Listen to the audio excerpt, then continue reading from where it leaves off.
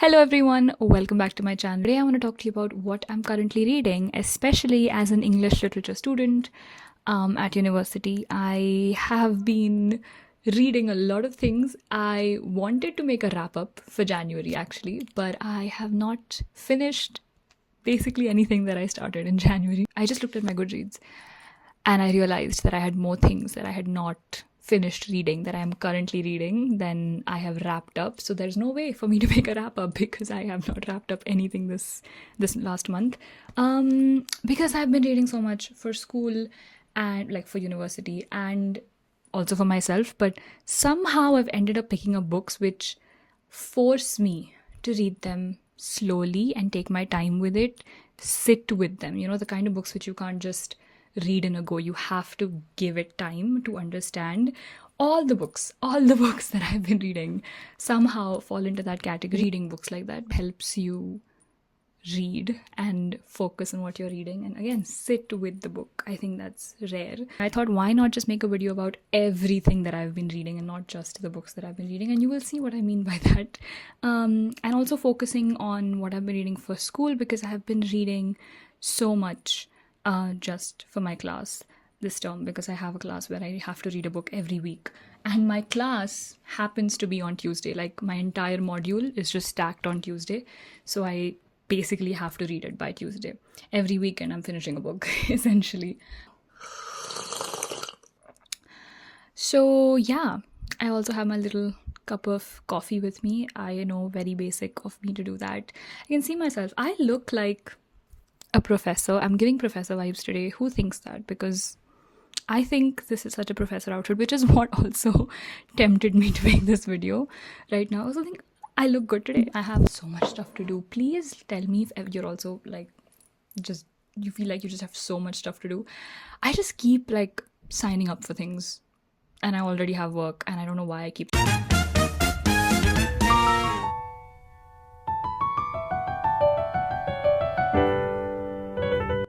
The first book that I've been reading, which is not for school, but I think is very interesting and it is related to my subject in a way, is Aesthetics, an Introduction to the Philosophy of Art. It's this book that I borrowed from the library, from my university's library. A reminder to make the most of your local library, your school library, college libraries. They have a lot of books on every topic you can imagine, because it's supposed to be educational, especially in your universities and schools. So please make the most of it and like learn about everything. I know that there's a lot of conversation about becoming analog now and not just searching things up on Google, and there is some truth in that, because honestly, reading this book, I can find out all of the information in this book on the internet, but there's just this pleasure of reading it in this book, as this book, every single morning or at night. This is something I'm reading before I go to bed, I think, more than in the mornings, but I love it. So this is essentially about what makes good art good, what subjects art to objectivity, and how do we decide what is better than the other? How is that decided? And you might say, yeah, how can you write a book about that? Because isn't that so subjective? And that's the whole point. It is subjective, which is why I wanted to read like a genuine critical view on this, like the actual theories behind why art can be seen as better. Because there are people writing about why the Mona Lisa is better, or why it's special, let's say, and not better. Or why certain things, basically we do hold certain pieces of art in literature, in drama, in films, in sculptures, every kind of art, basically, in fine art as well. We think of it as a mark of its time, or we think of it as something that just revolutionized the space that it's in. And why? But the question is, why do we do that, and how do we differentiate between what is a good piece of something, good piece of music, a good piece of literature, a good piece of drama, over something that's mediocre? Who decides that? What decides that? And this is basically going through the entire discourse of trying to figure out what it means. You might think, well, I don't like whatever I like. No one can tell me what to like. It's so subjective. Yes, but the book is not trying to tell you what to like. It's just presenting how different critics have seen things and what they have said about it. I wanted to read this because I'm reading literature all the time, or I'm seeing paintings related to that time period, and I need to distinguish why something is special or not. I just thought this was interesting. Just, it actually takes so long to sit with an idea and think about it. Do I agree with it? Do I not? Does it make sense? Can I think of my own contemporary examples? It takes time to really milk this and make the most out of it. So I like that. It makes me think, but it's gonna take me a while to finish it. Anyways, moving on. The next thing, let me just take a little quick drink break. The next thing that I've been reading, I actually mentioned this in another one of my shorts. It's a Hindi book which is called Diwar Mein Khidki Rehti Thi, and it's supposed to be a magical realism based book. तो कुछ भी हो रहा है इस किताब में, कुछ भी हो रहा है, literally कुछ भी हो रहा है. And the problem is that I did not anticipate how much of the book would be written in like a regional Hindi language. Like a lot of times, if you're from India, you know we have so many regional languages that the author has used so many words which are local to the place that the protagonist is at, which means that it takes me so long to understand them, or I don't understand them at all, and that's not easy to get through. ये क्या है, ये word है क्या, इसका मतलब क्या है, हो क्या रहा है? It's even worse if it's a verb, because sometimes the meaning of the verb for me is completely different from what the author means, and थोड़ा आगे बढ़ने के बाद मुझे realize होता है कि oh, this is what they meant. I've only read like 25 pages. I'm 25 pages through. I think I finished that page, like 25th page today. To be fair, to be very honest, I have not been giving it the time that it deserves, because I've been reading for classes.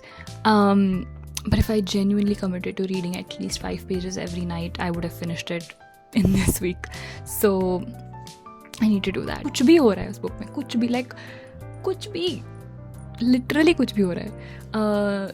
So it's taking me some time, but it's going well. And again, if you have any other easy like Hindi novels like recommendations, please let me know in the comments, क्योंकि मुझे पढ़ने की बहुत ज़रूरत है. Also for Marathi, like I said, Marathi also. Anyways, moving on from that. I don't know, I keep doing this. I look like some uncle. I don't know. Okay. Moving on from that, another book that I have been reading, which has been on my like reading list for so long, which was something I had to read for school. I think it's hidden here. It was a little bit hidden. Is this little pretty book?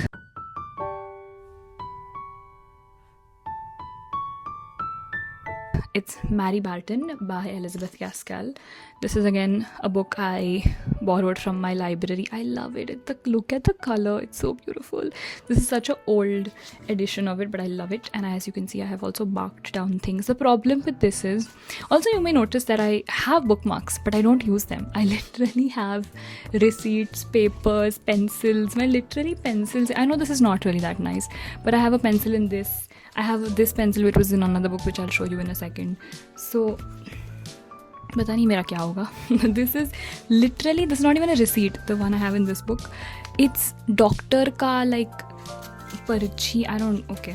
Anyways, tell me if you do that too, because I literally, whatever. Well, coming to the book, if you don't know what this book is about, this is set in the Victorian era, which means the 1800s in London.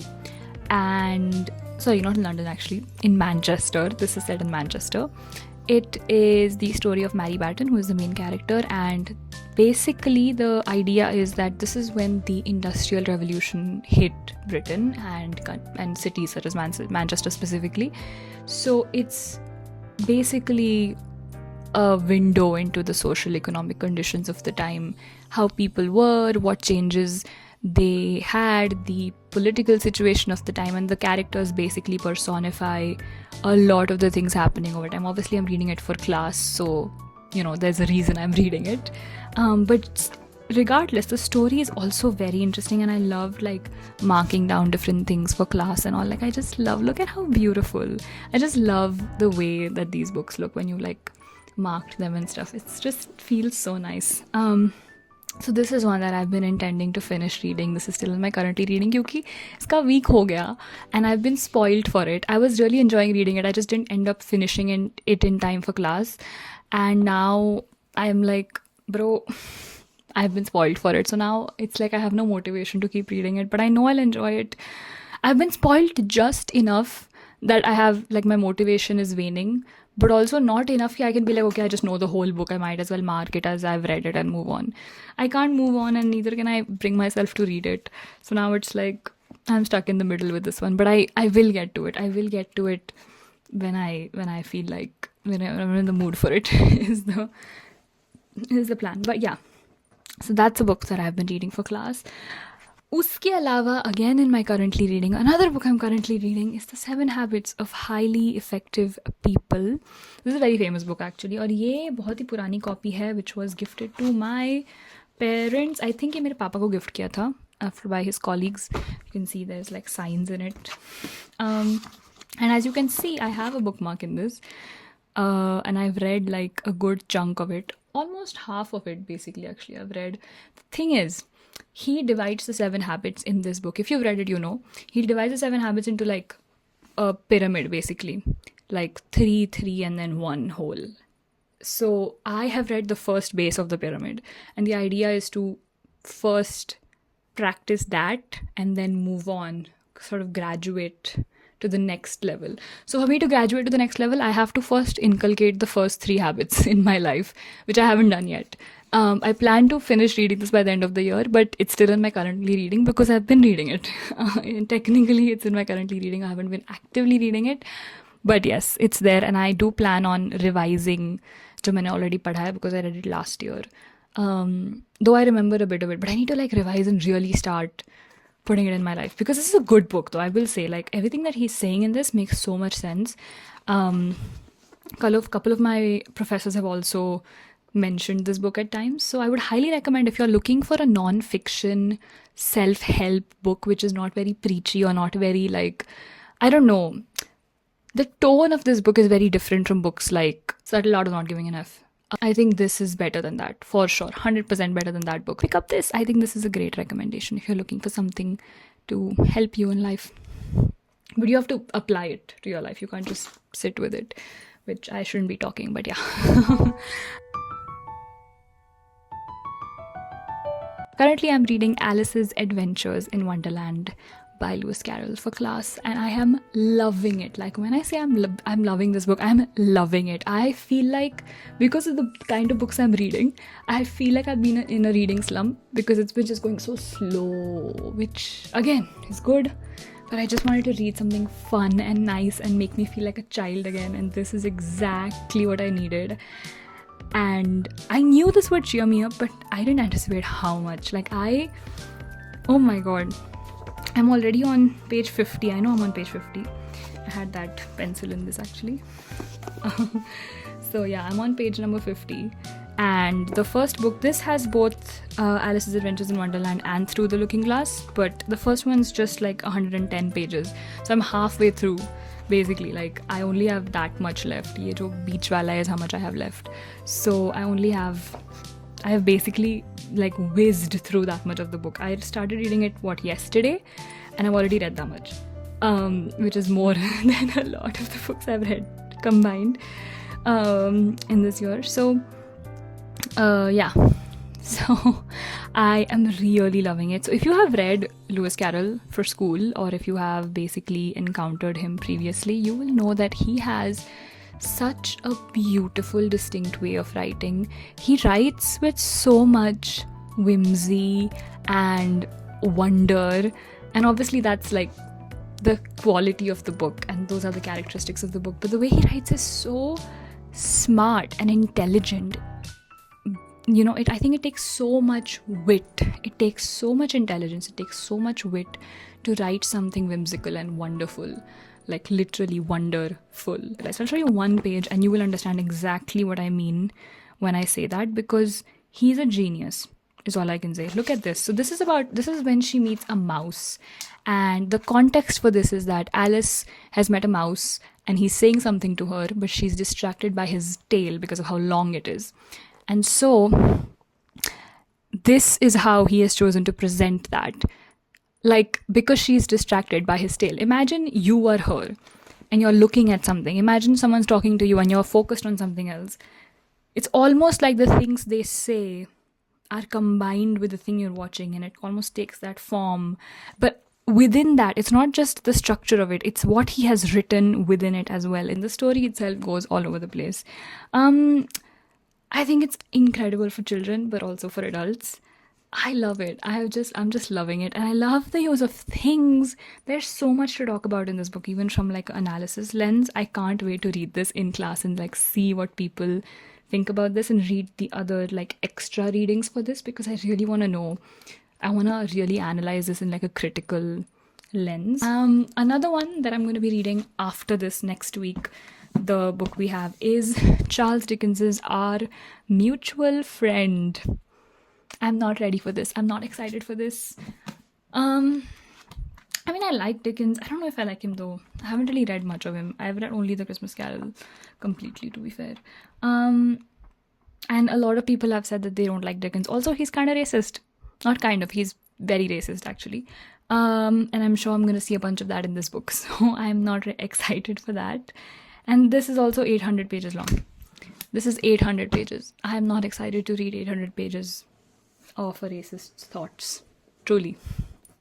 So, yeah. But I have to read it because it's work for university. So, yeah. No thoughts on that. Haven't read it yet. I will let you know if I have any major thoughts on it. That's it for the books that I have to read. Apart from that, for class, if you're interested, because I'm doing this as my Victorian literature class, this is the little textbook I have for it. Again, library se borrow ki hui hai. I will not spend money on textbooks I don't want to keep sincerely. So yeah, Victorian lit. Do I really want to keep it? I don't think so. But this is how I carry it to class, to my seminars. And I love taking my little notes in it. So seminars are different from lectures. Lectures, the professors are teaching you and you're taking notes or you're just listening or whatever. And they are there to provide context for the book. So again, for example, in Mary Barton, there was the Chartism movement happening, right? So her dad is a Chartist.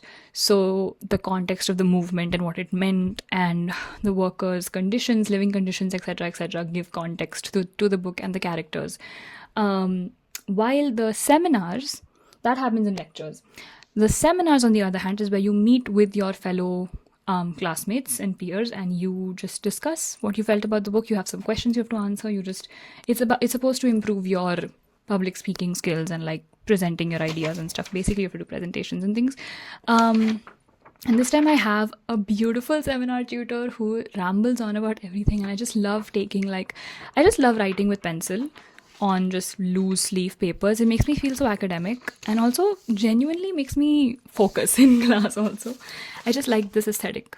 Just loose pieces of paper that I'm writing on. It makes me feel like I'm really soaking in knowledge. It's not about the notebook. It's not about the fanciness. It's not even about the pen or the aesthetics. The aesthetic is me with these sheets of paper, with a pencil, with my textbook. Like this. You see me right now? This is the aesthetic. And I love it. It's my favorite. So, yeah. And I also love my handwriting in pencil. Like, look at how beautiful that looks. I mean, maybe not the neatest ever, but pretty neat, I would say. Pretty, I mean, yeah, okay. Anyways. So, yeah, that is something I have to read for class. Something else I read as an English lit student is Expose, which is my university's publication. I read this because my friend had actually gotten it from one of the stands and it was there, so I read it. And genuinely love reading newspaper. Like, this gives me so much happiness and joy to just be reading a newspaper. I am a grandma. I am. It's not even about going analog. It's not about the trends. Like, this trend will get over and I will actually still be in analogs because I love this and I've always loved it. Even when I visit my grandparents, I love looking at the newspapers. I love reading the newspapers. It just makes me feel like I'm actually in tune with things which are happening. And I'm more engaged when I'm reading something in my hands. It's a piece of paper and not on my screen. And the way it's written is also different, actually. The way the tone, the way the that they write articles knowing it's going to end up in this newspaper, and the way they write online is different. And I think I just prefer this 10 times more. Anyways, last two books very quickly. Books I intend to read, because there has to be some sort of normal books in this video. The Marriage Portrait by Maggie O'Farrell. I love Hamnet. If you didn't know that about me, I should watch the movie, I know. I love Hamnet. There's actually a review of the film in this. I need to watch it. But because I love it, I love Maggie O'Farrell's writing. Literally obsessed with her writing. So I have been eyeing this for so long, and finally I got my hands on it from the university's library. Look at how beautiful. Just stunning. So yes, we'll be reading this. My thing just keeps like not being okay. And finally, the last one is George Saunders' A Swim in a Pond in the Rain. This was in my, if you saw it, it was in my books I got for my birthday video as well, my birthday haul. And the bookmark for this is literally this receipt, which has lipstick marks on it. And this is not because this is not supposed to be like romantic or like, like it's not supposed to be like trendy or cool. This was because I just had to like blot my lipstick on something, so I used this receipt, and then I just used it as a bookmark. I just love that as well. Just love reusing things. That's all. Those are all the things. That's it. That's all I've been reading lately. Things I have browsed, things I've picked up, things that I've just been handed by my friends, things I've just stolen from my friends. Everything. That's all that I've been reading, and I will continue reading. And hopefully at the end of this month there will be a wrap up of the things that I've read, and not just still currently reading. But I don't mind if it's still currently reading, because as long as I'm reading, does it really matter if it's getting finished or not? That's a good debate to have. Would love to talk about it in the comment section.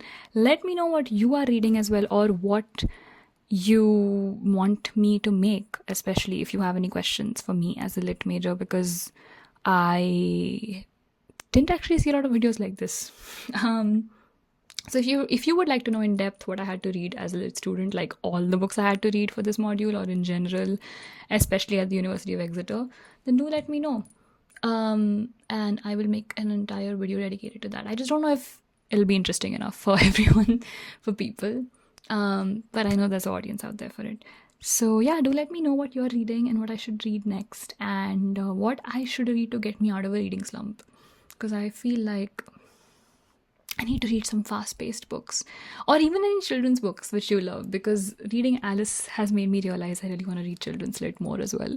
So yeah, do let me know, and thank you so much for watching this video. I will see you next time. Bye.